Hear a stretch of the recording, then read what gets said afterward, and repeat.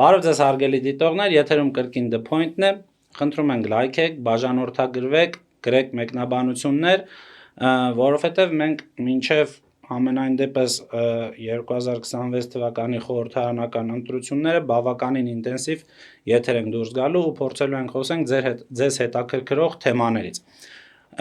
Հայկի հետ այսօր խոսելու ենք Amazon-ի մասին խոսենք մի քիչ երևի։ Զանազան թեմաներից, արդարադատությունից միջև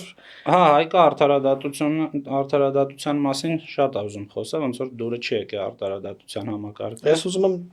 մի հանցագործության մասին խոսենք եւ դրանից հետո շարունակենք, ուրեմն Amazon-ից չխոսանք։ Խոսալու ենք, հա։ Այսինքն սկսենք ստեղից եւ հասնենք միջև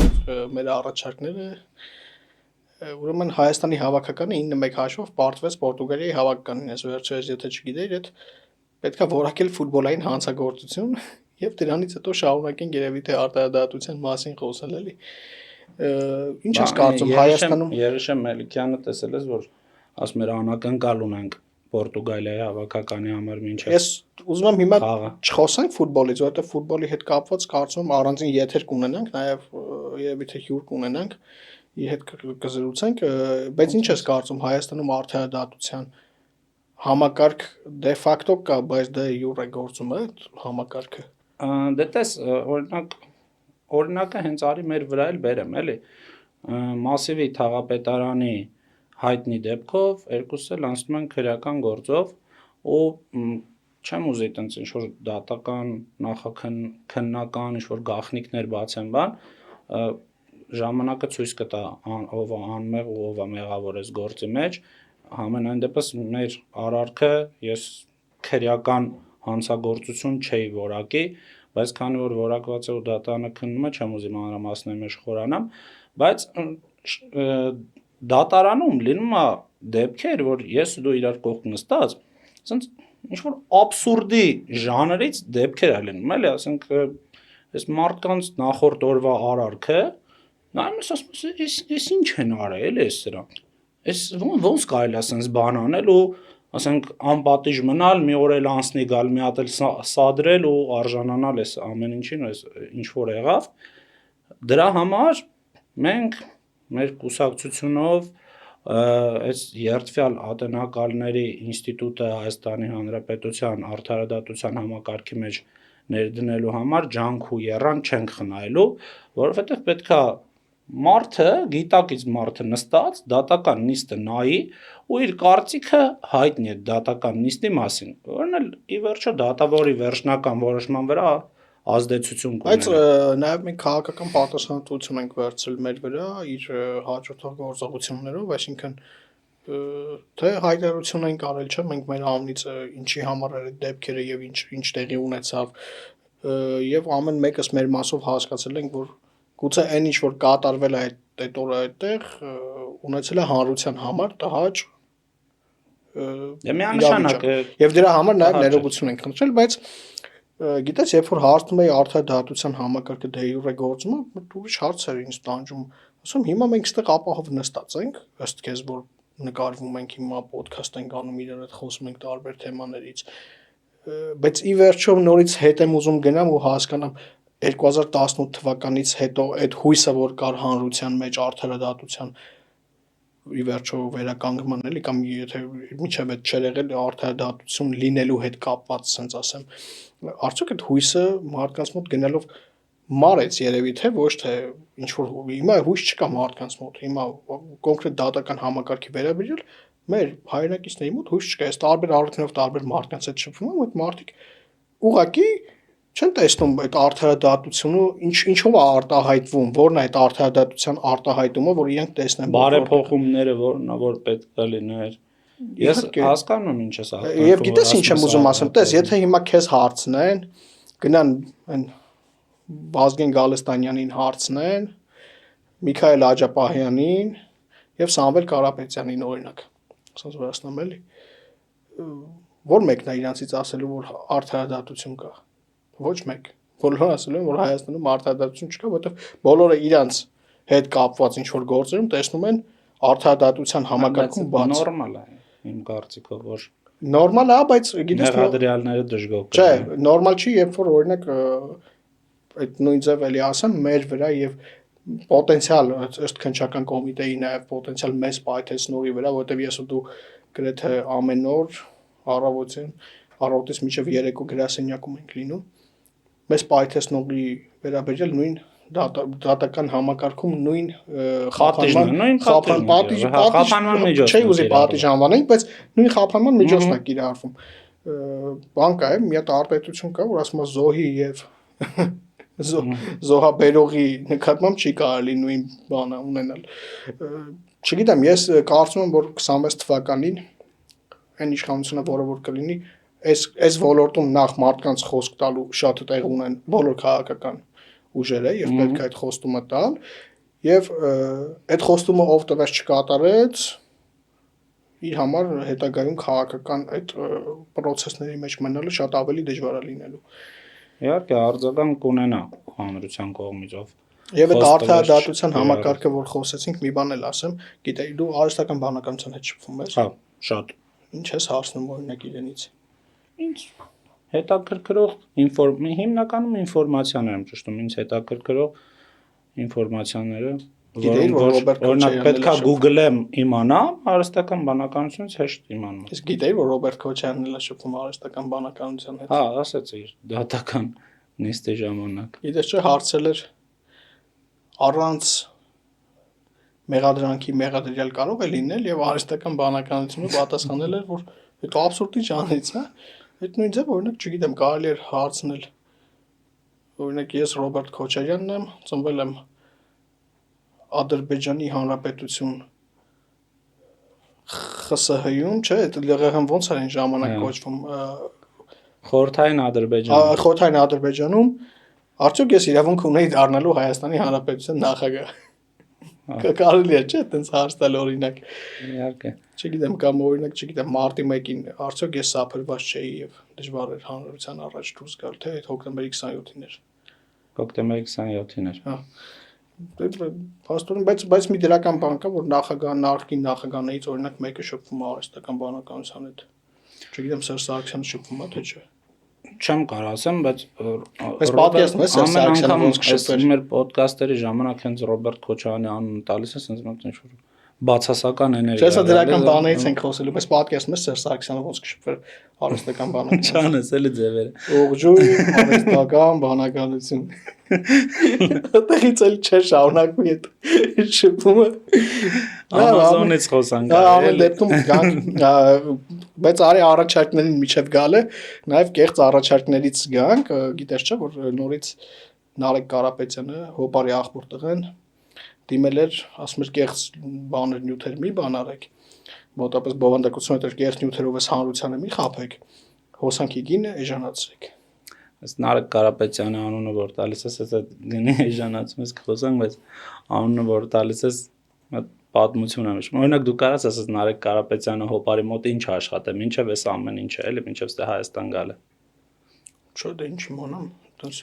Ռուսաստանում տարբեր բաներ կարելի է աշխատել։ Խորհրդական աշխատել։ Հոպարի խորհրդական։ Հա, դե լավ։ Խի, ասեմ խի։ Եթե տենցա դրա համար է Հոպարի գործերը վատ եղել է։ Մի հատ պատմություն կա, պատմում ես պատմությունը։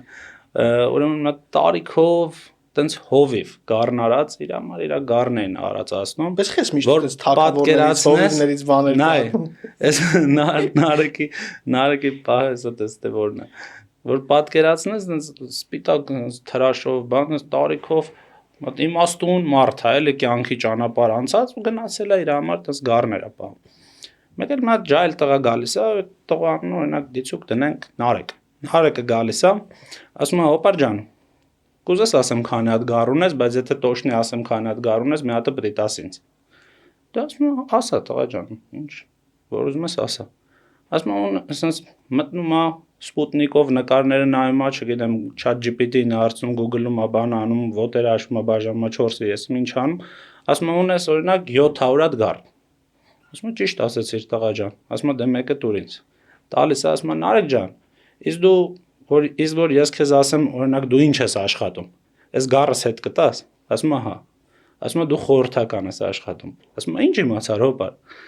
Արա դե ասում եմ, որովհետև տղա ջան, դու հայտնվեցիր ամենաանհարմար պահին, տվեցիր այնց հարցի պատասխան, որ ինձ ընդհանրապես պետք չէր, ես այդ հարցի մասին գիտեի այդ դրա պատասխանը, ընդհանրապես ինձ պետք չէր, ու դրա դիմաց պահանջեցիր նյութական ինչ-որ բան։ Այս դեպքում գառ։ Ասում եմ, ճիշտ ես ասում, ջան, ես խորհրդական եմ աշխատում։ Հիմա այս մեր Նարեկը եկել ասել մեր քաղաքական դաշտ, մեր շատ անհարմար պահի տալիս անենց հարցերի պատասխաններ, որ մեզ ընդհանրապես պետք չեն, օրինակ ասում եմ, Կիրովականում նավթավերամշակման գործարան եմ սարքելու։ Ու դրա դիմաց չգիտեմ ինչա պահանջում մեզնից, բայց հաստատ պահանջելու է։ Մոտավոր պատկերացնում եմ ինչա պահանջում, ասել գալու է իշխանության ու պահանջելու է Հայաստանի Հանրապետությունը միութենական պետություն դարձնել։ Լավ, բայց ինչի է մեր մոտ սով է։ Գիտես, բանի պոպուլիզմի սով է այս մեր ազգի մոտ, ինչի է, այտենց օրինակ, ինչի Նարեկ Կարապետյանը կարող ասի, որ Կիրովականում կարելի է նավթավերամշակման գործարան կառուցել կամ օրինակ բանը Սևանում կուրորտային, Սևանը փակին կուրորտային գոտի սարքենք, այնտեղ բերենք 5 աստղանի հյուրանոցներ, հետո հաջորդ նախադասությամբ ասի, որովհետև մեր ազգը աղքատության մեջ է ապրում, բայց 5 աստղանի հյուրանոցներից ով պիտի օգտվի, չգիտեմ, բայց նայում են իրան մարդ ինչի է մեր ազգի մեջ պոպուլիզմի սով էլի sense որովհետև շատ հեշտ է գիտես շատ հեշտ է ջախջախել իր այդ թեզերը եւ բազմիցս իրան ասել ենք որ մի քիչ բարդ լիներ ինքը կգար բանավեճը ուզում ասեմ ոնց ասենք որ իրան քաղաքական հարցով չենք խոսելու որովհետև իրանք ոնց հասկանում կիսա քաղաքական, կիսա բիզնեսմեն, կիսա հեծի կառավարիչ, sense ինչ-որ բան են իրանք էլի, չհասկացանք այդ մեր ձևով որն է, չնայած մի անգամ պարոն Սարգսյանը շատ հստակ մեզ բացատրեց մեր ձևով որն է, շատ հին ձևն է էլի, բայց ամեն դեպքում ինչի է այդ ամեն ինչի մասին խոսալը ըստ քեզ այդքան պոպուլյար եւ ինչի է ինքը փորձում այտենց խափի մեր հասարակությանը։ Չգիտեմ, երևի մարդիկ ուզում են դրական ինչ-որ բան լսեն, ասենք մարդ կուրորեն հավատան դրան, էլ ասենք մարդ կարա լսի, որ Կիրովականցին կարա լսի, օրինակ Կիրովականում նավթավերամշակման գործարան է լինելու, ինքը գործարանում լավ վարձատրվող աշխատանքի աշխատելու, ու մարդ ուզում է կուրորեն հավատա դրան, չի ուզում մտածի, լավ է նավթավերամշակման գործարանը ինչ շահույթով է աշխատելու, էլ այդ պատկերացնենք բերեցին սարքեցին այդ գործարանը հոմինուսով չի աշխատելու։ Այդ արդեն դետալների մեջ չեն խորանում, ուզում են դրական բան լսեն մարդիկ, դրա համար էլ երևի այնց իրան մի անգամ խոսացինք, չէ, այս թեմա, որ այդ նավթից եթե բենզին ստանան, ինչա լինելու էլի վերջում 900 դրամ էինք հաշվել։ Հա, գուցե մի քիչ սխալ էինք հաշվել, ես չեմ պնդում էլի, որ ճիշտ մոտավորապես այդ էինք հաշվել, բայց հիշում ես մի անգամ որ խոսեցինք, եկանք այն եզրահանգման, որ բոլոր բենզալեցակայանները կփակվեն, որտեղ տեսել ենք այդպես իշխանություններ էլի օրինակ եւ որ իրանք բիզնես են ունենում մնացած բիզնեսներին ոնց են կուլ տալիս էլի պատկերացնես բոլոր բենզալեցականները կփակվեն կլինի տաշիր բենզալեցակայան եւ այնտեղ բենզինը կարժեն 900 դրամ մարդիկ այլ ընտրություն չեն ունենա իրանք այդ ամեն ինչը նաեւ հաշվի առնելով գիտես չէ պետությունը կոչվում է բռնապետություն օրինակ հա դե որ չլինի նման բան Ես համոզված եմ, որ նման բան չի լինի, որ համոզված եմ, որ դաշինք իշխանության չեն գա։ Հեծի հետ կապված, օրինակ, այսօր մի պահ նայում էի, նաև Ռոմանոս Պետրոսյանը Նիկոլ Փաշինյանի հետ ինչ որ զրույց էր, եւ մի բան անկապ sense ականջից ուրեմն բառացի չեմ հիշում, գուցե նաև սխալ արտաբերեմ ինչ որ կարտաբերում, դրա համար իմաստն եմ ասում։ Ըստ երևույթին որպես այդպեսին հեծը բնական մենաշնոր է ինքը եւ ինքը իրավունք ունի ոնց որ բանկերից ավելի էժան տոկոսադրույքներով վարկեր վերցնի Ռոմանոս Պետրոսյանը ասում է այդ հետաքննել ենք ու գտել ենք այդպես բան որ էժան գներով վարկերը վերցրել է հեծը եւ 0%-ով տվել է իր հետ աֆիլիացված ընկերությունների Հիմա պատկերացնում ես ու այսօր Նարեկ Կարապետյանն էլ ասում էր բանը մենք մեր գրպանից 11 միլիարդ տվել ենք հավելավճար աշխատողների։ Խափում են էլի։ Դե ասենք, բայց կներես էլի, բա ինչ պիտի անեիք այդ գերշահույթով օրինակ X գնով գնեիք։ Չեն խափել։ Հոսանքը 3X-ով վաճառեիք, մի բան էլ դուք չտայիք, հա։ Խափել են Նարեկ Կարապետյանը։ Ես հույս ունեմ իրանք հույս ունեմ չէ։ Վստահ եմ իրանք իշխանության չեն գա Հայաստանի Հանրապետությունում ու վստահ եմ մենք մեր անկախությունը կպահպանենք։ Ես առհասարակ հույս ունեմ, որ իրենք չի թույլատրվելու մասնակցել ընտրություններին, նրա համար, որ իրենք հստակ դրսից փող ունեն եւ այդ միջամտությունը այս ընտրություններին։ Համար հա, այդ շատ կարևոր բան է, որովհետեւ կուսակցությունը, որը ֆինանսավորվում է արտասահմանից, կապ չունի որտեղից, իրանց դեպքում Ռուսաստանից, բայց եթե արտասահմանից ֆինանսավորվում է կուսակցությունը, այդ կուսակցությունը չի կարա մտածի պետության շահի մասին, որովհետեւ այդ արտասահմանից ֆինանսավորողի հրահանգներն է կատարելու։ Բացի այդ, կարծում եմ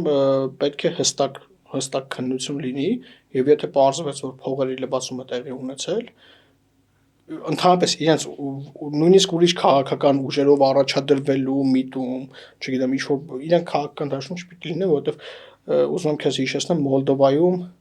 նման կուսակցություն կար, որ իր վրա գտել էին փողերի լվացում եւ այդ կուսակցությունը զրկել էին հենց այդ պատճառով։ Ու էլի Ռուսաստանից ֆինանսավորվող կուսակցություն։ Այդ կուսակցությունը միշտ Ռուսաստանից են ֆինանսավորվում։ Դե նախքին խսամ երկրներում Ռուսաստանից ֆինանսավորվող կուսակցությունների պակաս չկա, այս վերջում Մակրոնը հայտարարություն արեց, որ անգամ Ֆրանսիայի ներքին գործերին Ռուսաստանը փորձում է բանաներ խանգարել։ Դե Լպենին դրա համար ծրկեցին էլի, ինքը հստակ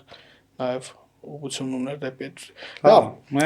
մեր նման փոքր պետությունների համար հաստատ շատ բարդ է լինելու այս ռուսական այս ահռելի այս մեքենայի դեմ պայքարել։ Դրա համար մեր քաղաքացիներին ընդհանրապես իմաստություն պետք է ցանկանան, որ ընտրություններին ճիշտ ընտրություն կատարեն։ Ես վստահ եմ, որ մեր նման ուժերի համար միակ էլի չեմ ուզում այդ բառը օգտագործեմ, բայց միակ ճակերտավոր զենքը այդ պայքարի մեջ Հայաստանի Հանրապետության քաղաքացիներն են։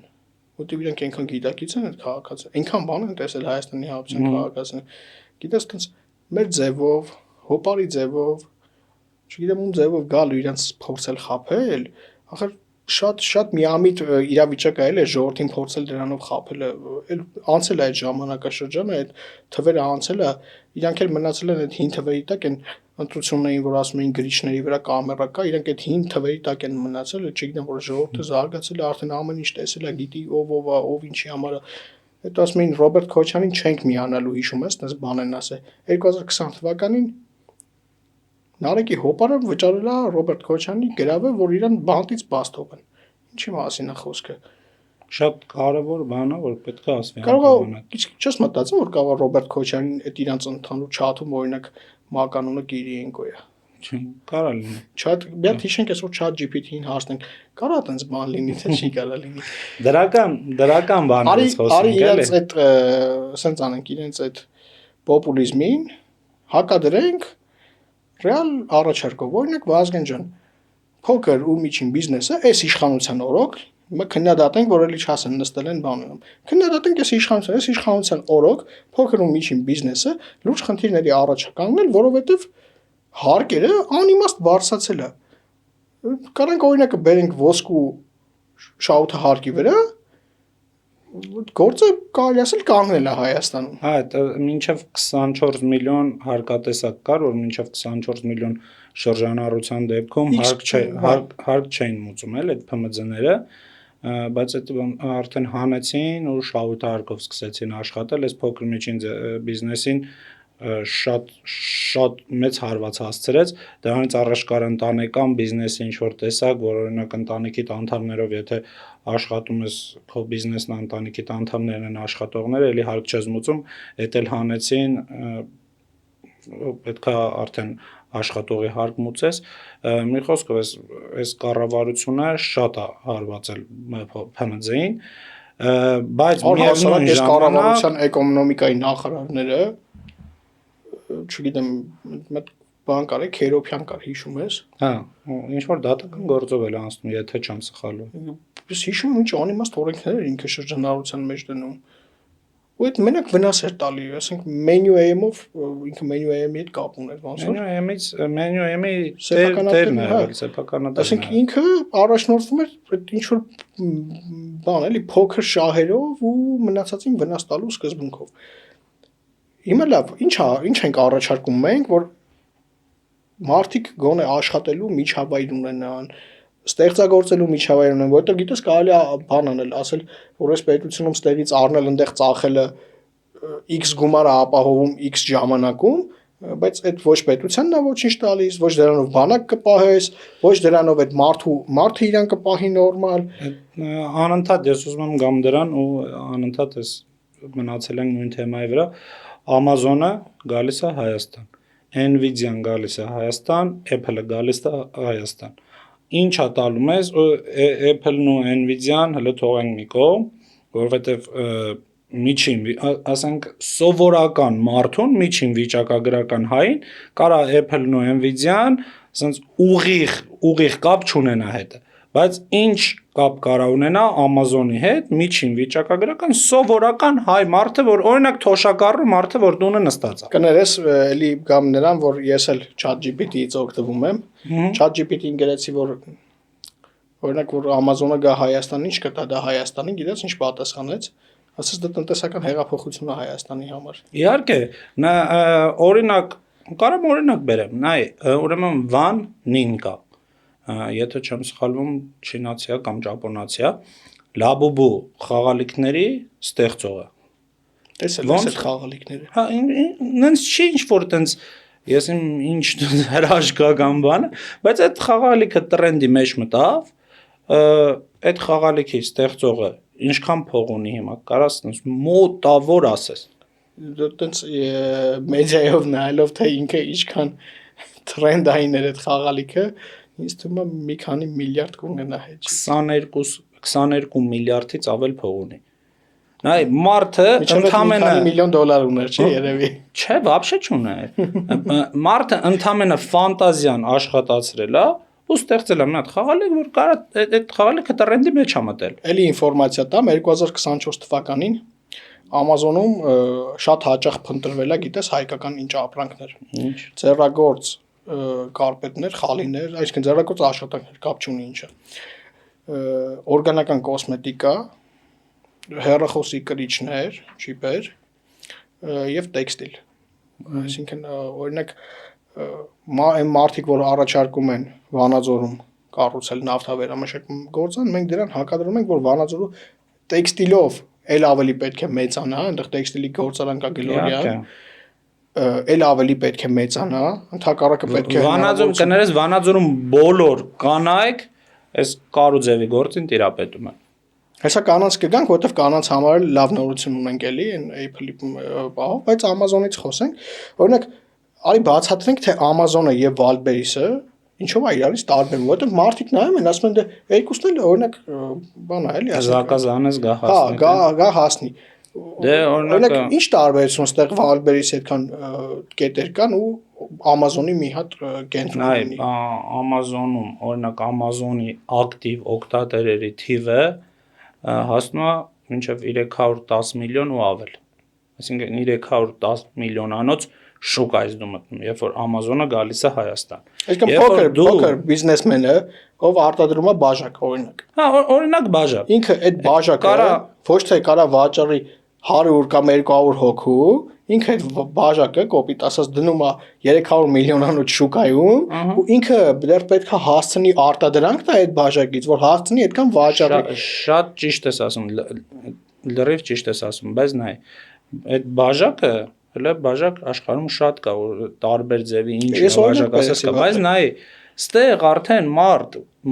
մարդուն պետք է ընդամենը աշխատացնի իր ֆանտազիան։ Ու իր ֆանտազիան աշխատացնելով կարա մի հատ այնպես տրենդային մի հատ ինչ-որ բան սարք է, տրենդ բառը շատ օգտագործեցին Քոչյանից։ Ադելով ինքը չի հորինել այդ։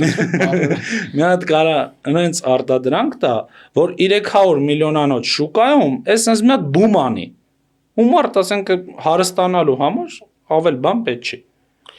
Շատ քիչ ներդրում։ Արի բան ֆիքսենք։ Նախ Amazon-ը որ գալիս է Հայաստան, ինչն է փոխվում։ Հիմա որ Amazon-ից ինչ որ բան ես գնում, ինքը Հայաստան է հասնում, նախ շատ երկար ժամանակում է հասնում, հետո Հայաստան է հասնում թանկ գնով։ Ինչի համար թանկ գնով, որովհետև ինքը բացի Amazon-ը իր վճարից նաև միջնորդավճար է տալիս այն տեղափոխող ընկերությանը, որ տեղափոխ Հայաստանում այդ ընկերությունը Onex-ն է։ Globing Onex բան շատ կա։ գլոբինգներ, այսինքն այն մարդիկ, ովքեր Amazon-ից անընդհատ բան են պատվիրել, կհաստատեն, որ իրանք օրինակ մեծ մասը Onyx-ով կամ գլոբինգով հաստատել իրենց ապրանքը։ Այդ ապրանքը հանգանում է արդեն։ Երկրորդը դու Հայաստանից գրանցված չես կարա Amazon-ում քո արտադրանքը վաճառես, որովհետև ինքը Հայաստանում ներկայացված չի։ Դու Amazon-ում կարաս ընդհանրապես վերավաճառքով զբաղվես, ինչը այդքան էլ խորտ չի տրվում ու այդքան էլ մեծ բան չունի, էլի, աժիոտաժ չունի։ Դրանով փող աշխատելը փող չես կարող աշխատես։ Այսինքն դու կարաս, չգիտեմ, օրինակ Amazon-ը այս տարածաշրջանում գրանցված է միայն Թուրքիա։ Թուրքիայից օրինակ, չգիտեմ, կարաս օրինակ X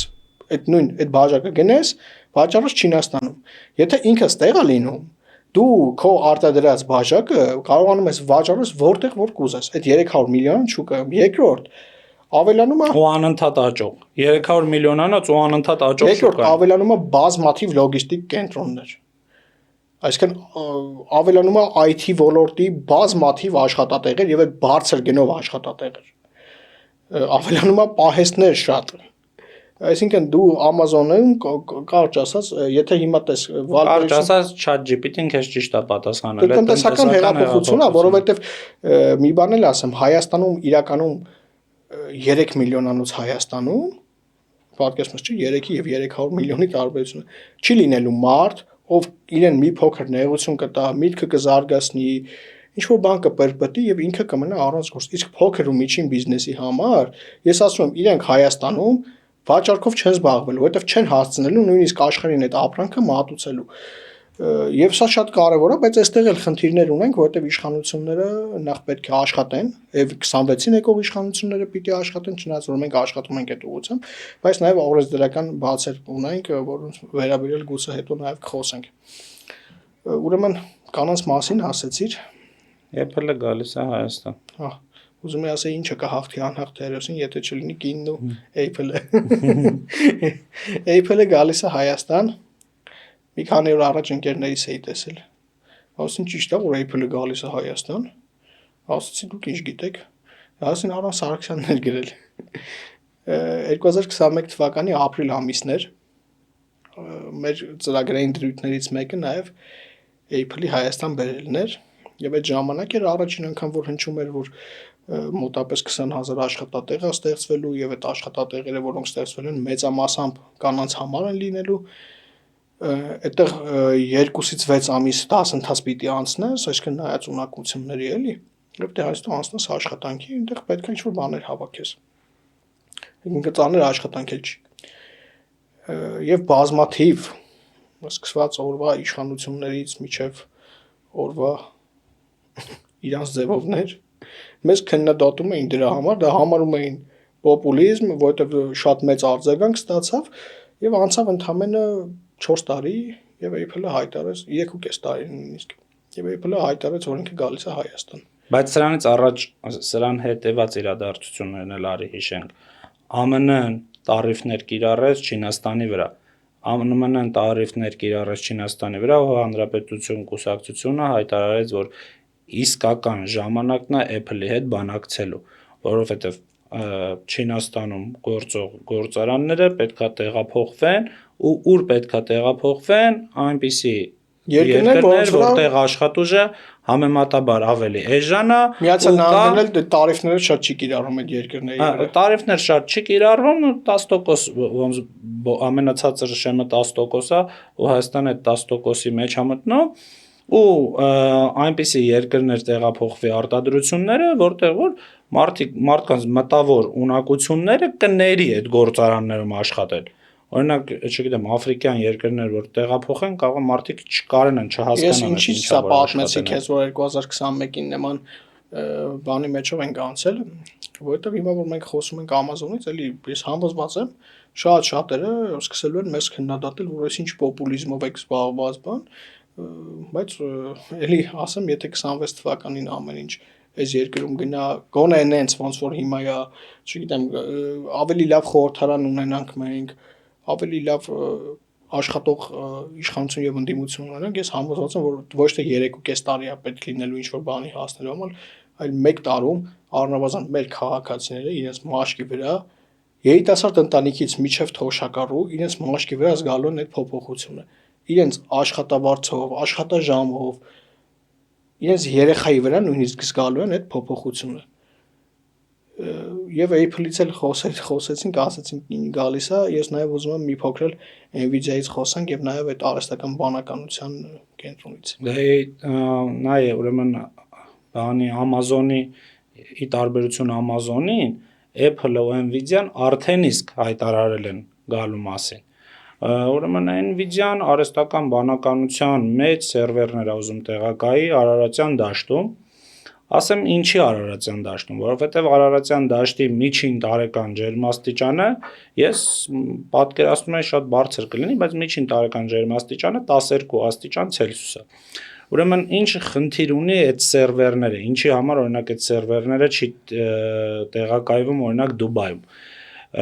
Հիմնականում սպասարկելու է այս Արաբական Էմիրությունների Դուբայի այս զարգացող IT ոլորտները, որովհետև այնտեղ շատ շոկ է։ Ու Արարատյան դաշտը չես հավատա Մեղրիումն այն շոկ էր։ Արարատյան դաշտը 12 աստիճան Ցելսիուս միջին ջերմաստիճան ունի տարեկան ու չոր է։ Այստեղ մի քիչ բացատրեմ այս պահը նրբությունը ինչ կապ ունի չորությունը։ Հովացման հետ կապված խնդիր կա։ Նայ, թողվածումը ոնց է կատարվում։ Երբ որ խոնավանում արհեստական ձևով խոնավացնում են սերվերները ու չորանալուց հետո սերվերները ով ֆիզիկա տիրապետի սերվերները սկսում են սառել։ Այդ սառելը իր արտադրողականության վրա շատ լուրջ ազդեցություն է ունենում ու ինքը հոսանք ավելի քիչ է ծախսում նույն ինֆորմացիան կուտակելու փոխանցելու համար շատ ավելի քիչ հոսանք է ծախսում քան օրինակ կլիներ Դուբայում եթե Դուբայում այս նույն սերվերները դրվեր 3 անգամ ավելի շատ հոսանք կծախսեր այս նույն գործառույթը անելու համար Nvidia-ն կիսահաղորդչային չիպեր է պատրաստվում Հայաստանում հավաքել այդ կիսահաղորդչային չիպերը օգտագործվում է այս արհեստական բանականության սերվերների մեջ կիսահաղորդչային չիպեր հավաքելու համար ինչա պետք է ընդհանրապես տեխնոլոգիա մեծամասամբ պետք է տեխնոլոգիային տիրապետել որովհետև կիսահաղորդչային չիպերը այդ սիլիցիումը իր մեջ օգտագործող ստանում են կվարցային ավազից շատ բարձր ջերմաստիճաններում եփելուց հետո այս կվարցային ավազ յուրաքանչյուր երկրում կա բայց ոչ շատ քիչ պետություններ կան, շատ քիչ երկրներ կան, շատ քիչ ազգաբնակչություն կա, որ տիրապետում այդ տեխնոլոգիաներին, օրինակ Հայաստանում խորհրդային տարիներին կիսահաղորդչային գործարաններ ա եղել։ Հիմա աշխարհով մեկ կիսահաղորդիչներ արտադրում են Չինաստանը, Թայվանը, Ճապոնիան, Նիդերլանդները, ԱՄՆ-ն ու Հարավային Կորեան, եթե ճիշտ հիշեցի, այս 6 պետություններն են, որ արտադրում են կիսահաղորդչային վաֆելներ։ Եթե պատկերացնում ես Հայաստանում Nvidia-ն սկսի արտադրել կիսահաղորդչային վաֆելներ ու Հայաստանը լինի այդ 7-րդ պետությունը։ Ստե այս բանը աշխատավարձ ստանալը, բարձր վարձատրվող աշխատատեղերը, լրիվ կարանք մղենք երկրորդ պլան ու Հայաստանի աշխարհաքաղաքական դիրքը գա առաջի պլան։ Դու եթե այդ 7 պետություններից մեկն ես, դու արդեն աշխարհաքաղաքական համեմատություն անես։ Բինգո ունես։ Օրինակ, ոնց որ Հայաստանը պատերազմի ժամանակ չէր կարող կրակել Բաքու Ջեյհանի վրա, որովհետև դա Արևմտյան կապիտալ էր, Բրիտանիայի կապիտալն էր, ինչքան էլ որ այդպես մեծախոսներ կլինենք, ասենք պետք է կրակեր, այդ նույն ձև անվտանգային հատվածն եմ հիմա ասում։ Եթե լինի Nvidia-ն, լինի Amazon-ը, լինի Apple-ը, մենք հստակ գիտենք, չէ՞, որ դրանց վրա կրակելը նշանակում է կրակել աշխարհի վրա։ Այս անվտանգային մասը։ Երկրորդ, արհեստական բանականությունը կանանք օգտագործենք գյուղատնտեսության մեջ։ Յուրաքանչյուր տեղ արհեստական բանականություն իմիջիայլոց Իլոն Մասկը նոր ասաց որ 20 տարի հետո աշխատանքը կդառնա հոբբի աշխատանքով կզբաղվեն ոնց որ սպորտով են զբաղվում մենք էլի ծրագրեր ունենք էլի անդադ խոսենք միջև ծրագրերի մասին անդադ մեր այս ոդքասթերում խոսենք բայց ուզում եմ այս sense նայենք մենք այսօր խոսեցինք 3 պրոյեկտի մասին Apple-ի Nvidia-ի եւ ապագայում սպասող Amazon-ի մասին մենք մի բան ֆիքսենք մենակ այս հարկերով մենակ այս աշխատատեղերով տված պետության օգուտը չգիտեմ բերելու է թոշակների կտրուկ բարձրացման բերելու է աշխատավարձերի կտրուկ բարձրացման բերելու է նրան որ ինչ որ կետում բոլոր մանկապարտեզները օրինակ կրթական ոլորտին շատ փող են հատկացնելու։ Լավ կյանք է բերելու մեզ։ Այսինքն մենք ապրելու ենք այնց ոնց որ օրինակ ապրում են եվրոպացիները, ինչի՞ չէ։ Լավ պետության մեջ ենք, այդքան որ հարկերի մասին խոսացիր, մի բան էլ ասեմ, որ էլի Հայաստանի Հանրապետությանը հարկ մուծելու տարբերակը միջին միջանցքով անցնելու է գազամուղ։ Այդ գազամուղի ամեն խորանարդի համար ֆիքսված արժեք կա, որպես տրանզիտ արժեք պետքա մուծեն Հայաստանի Հանրապետությանը։ Ու Բաքու Ջեյանն էլ որ հիշեցիր, տես, այս հնարավորությունը բաց թողել է, ես չգիտեմ, մենք մեր սերունդներին ինչ կթողենք, եթե այս հնարավորությունը մի քանի դաշնակի պատճառով մենք մեր ձեռքից բաց թողենք, ես չգիտեմ, մեր սերունդները մեր մասին ինչ կխոսան, որ երբ որ Բաքու, Երևան, Ջեյհանը չկառուցվեց ու կառուցվեց Բաքու, Թբիլիսի, Ջեյհան, հիմա այս նույն գազամուղը, այս նույն ճանապարհը ոչ թե լինի Ադրբեջան, Հայաստան, Թուրքիա, այլ լինի Ադրբեջան, Վրաստան, Թուրքիա կամ Ադրբեջան, Իրան, ինչ ավելի քիչ հավանական է, հետո Թուրքիա, ես չգիտեմ, մենք մեր սերունդներին ինչ կնայենք, ինչ կթողենք, ամբողջ աշխարհը կենտրոնացած է միջանցքի վրա, ամբողջ աշխարհի նպատակը այս միջինասիական պետությունների, հանածոների միջինասիական պետությունների ռեսուրսները Եվրոպա աշխարհամաս հասցնելն է։ Ու եթե մենք այս բաց թողենք մեր ձեռից, չգիտեմ, մենք ուրեմն ամոթ մեզ։ Առնվազն եթե մենք դառնանք գազի համար տրանզիտ, այդ արդեն պետք է նշենք, որ Հայաստանի համար հաղթանակ մեծ։ Այդ բանը Նիկոլ Փաշինյանին էլ այդ Ղազախստանում դիմավորել է այսքան, ասենց այդ շքանշանների արժանացնել է, բան, այդ էլ պատահական չէր, Հայկ ջան, ուրեմն Ղազախստանը հստակ, նայ, մի բան էլ կա, ինչ են ասում այդ դիմախոսները, ասում են այդ ցորենը, որ բերել էին, ինչ տարբերություն, նույն բան, նույն ԵԱՏՄ շուկայից էին բերել։ Տղեկ լավ էլի։ Չգիտեք Ղազախստանի դիրքը ԵԱՏՄ-ում կներեք էլի, Ղազախստանը կարելի է համեմատել հիմա այնպիսի երկրներ, օրինակ այնտեղ Չինաստանն է միլիարդավոր, այդքի դրանից չէ խոսում, դոլարների ներդրումներ անում։ Ղազախստանը ինքն է միլիարդավոր դոլարների ապրանքներ գնում, երկաթգիծասարքում Միացյալ Նահանգների հետ։ Նայ բան Ղազախստանի այս հարցը, որ երբ որ Նիկոլ Փաշինյանը ես ում ասեմ, սա ավելի շատ աշխարհաքաղաքական, այս 4 կարգի ցորենը իրականում ավելի շատ աշխարհաքաղաքական ցորեն էր, քան ինքը ինչ որ բանի համար ցորեն էր, էլի։ Երբ որ Նիկոլ Փաշինյանին դիմավորեց, այդ Նիկոլ Փաշինյանին չդիմավորեց, այդ Հայաստանի Հանրապետությանը դիմավորեց, որովհետև Ղազախստանին Հայաստանի Հանրապետությունը պետք է, որ Ղազախստանը դեպի Եվրոպա ճանապարհ ունենա, ու այդ որ ԱՄՆ-ից 40 հատ լոկոմոտիվ առ այդ Ղազախստանը չի առ այդ լոկոմոտիվները, որ իր երկրի ներսում քշի այդ աչուձախանի այդ լոկոմոտիվներով։ Այդ լոկոմոտիվները պետք է գան Ղազախստանով,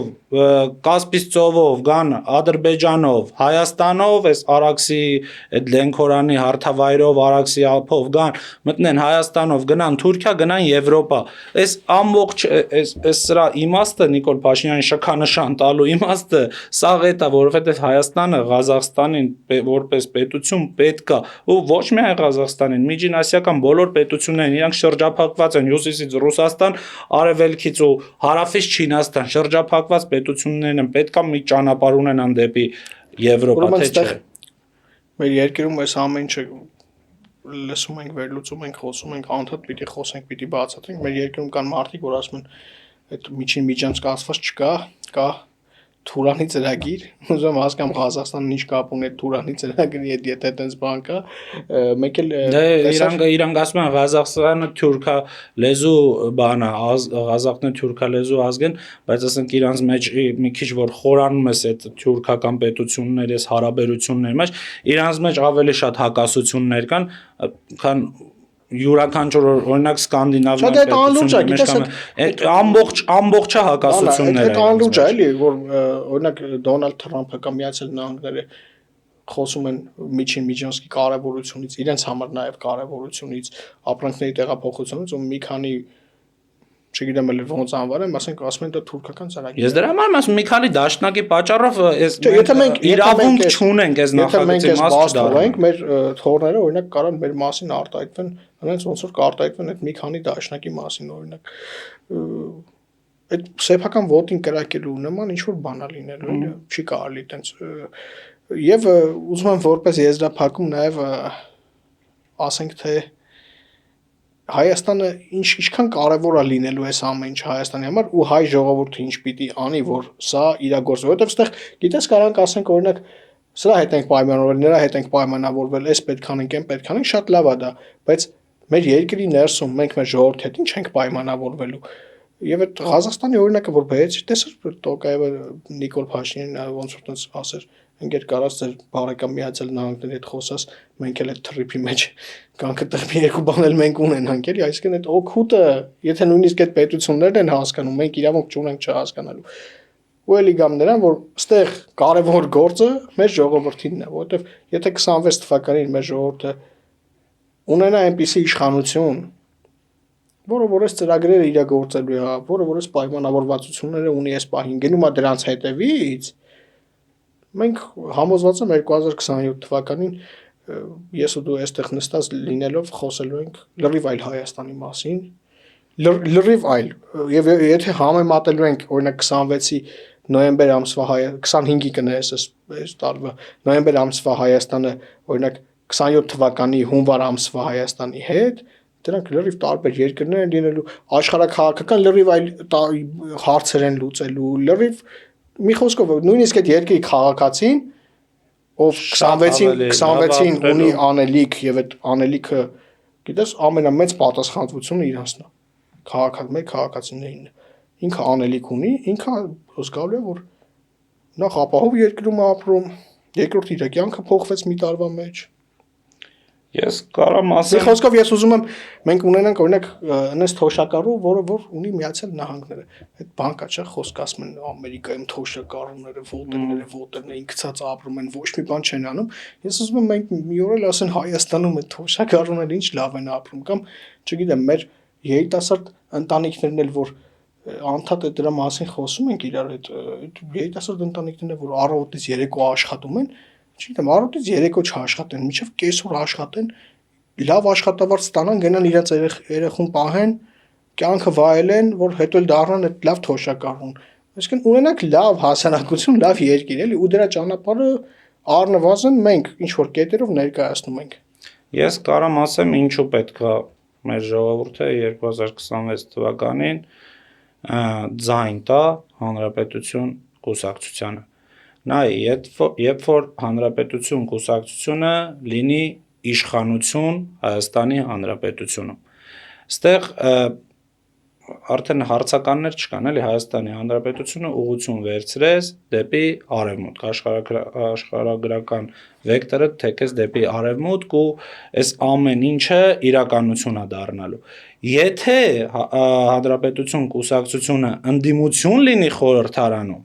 Դες այն մյուս դեպքում Պուտինը մեկա չի էլ զանգի այս իշխանությանը հանրապետություն կուսակցության իշխանությանը չի էլ զանգի ու ասենց հարավային Կովկասից այս Հայաստանից իր ձեռքերը կլվանա այս մյուս դեպքում եթե ընդդիմություն օրինակ լինի հանրապետություն կուսակցությունը ու զանգի Պուտինը ասենց բարձ բառերով եմ ասում Պուտինը զանգի օրվա իշխանությունը կարողանալու ասի ախպեր ջան ես չեմ կարող ես կուսակցել ես ընդդիմություն եմ կյանքը ուտում է ես չեմ կարող էլի վեկտորը թեքեմ դեպի Ռուսաստան ու այդ հանրապետություն կուսակցության գործառույթը պետքա լինի եթե ընդդիմություն եղավ օրվա իշխանությունների կյանքը ուտելը այնքան կյանքը ուտելը որ Հայաստանը վերջապես վերջնական իր վեկտորը թեկի դեպի արևմուտք ուզում եմ էլի մի բան հիշեցնել Գիտես, այս ամեն ինչը, նաև այսօր այս ամեն ինչի մասին խոսում ենք, դա բացառապես այն մարդկանց շնորհիվ է, ովքեր 2020-ին իրենց կյանքը նահատակեցին հանուն Հայաստանի Հանրապետության։ Նաև իրենց ծնողների շնորհիվ է, որ իրանք այսօր այդ խաղաղության մասին են մտածում, երեխաներ են ունենում, այս հասարակության մեջ ապրում են, չեն տրվում ոչ մի քաղաքական հոսանքների։ Ուզում եմ բոլորս քաղաքական գործիչներից միջև նորմալ սովորական աշխատողներ, չգիտեմ, Հայաստանի քաղաքական գործիչն է աննորմալ է։ Դա մի քիչ հայկական քաղաքական դաշտը որպես այդպեսին, չգիտեմ։ Լավ, սկսած քաղաքական գործիչներից, ասենց ասեմ, միջև չգիտեմ, Հայաստանի Հանրապետությունում աշխատող մարդիկ մտածեն, իսկ իրանք ինչ են անում եւ ինչ պիտի անեն, որ շարունակեն այն գործը հանուն Հայաստանի Հանրապետության այդ գործը, որը որ սկսել են եւ իրանք կյանքի գնով թողել են այդ հնարավորությունը աշխատելու մեր նահատակները։ Ճիշտ ես ասում, Մայք ջան, դա շատ խորելու տեղ կա։ Արի պայմանավորվենք մեր դիտողների հետ, թող մեկնաբանություններում գրեն ինչ թեմաներ են ուզում, որ հաջորդ հաղորդմանը մենք խոսենք ու այն անցած հաղորդման ասածը ուժի մեջ է ամենաակտիվ մեր հետևորդներից մի քանիսին մենք կանչենք ստեղ միասին զրուցելու ու իմ կարծիքով շատ նոր բաներ կսովորենք մենք։ Շատ շնորհակալ ենք իրանց։ Ես արդեն նկատել եմ, որ մենք նաև ակտիվ հետևորդներ ունենք, ովքեր ամեն հաղորդմանը սպասում են։ Շնորհակալություն բոլորին, եթերում The Point-ներ, կհանդիպենք։